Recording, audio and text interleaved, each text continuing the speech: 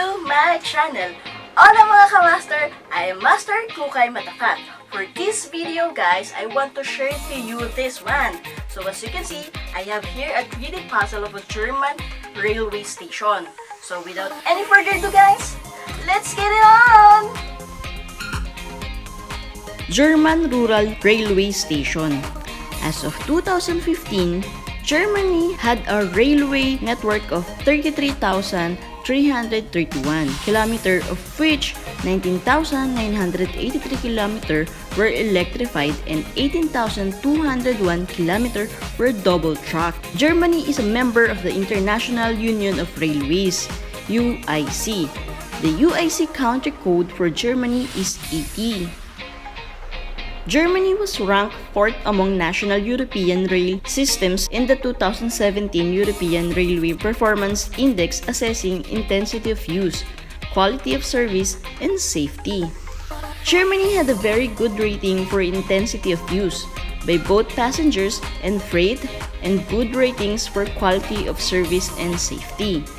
Germany also captured relatively high value in return for public investment with cost-to-performance ratios that outperform the average ratio for all European countries.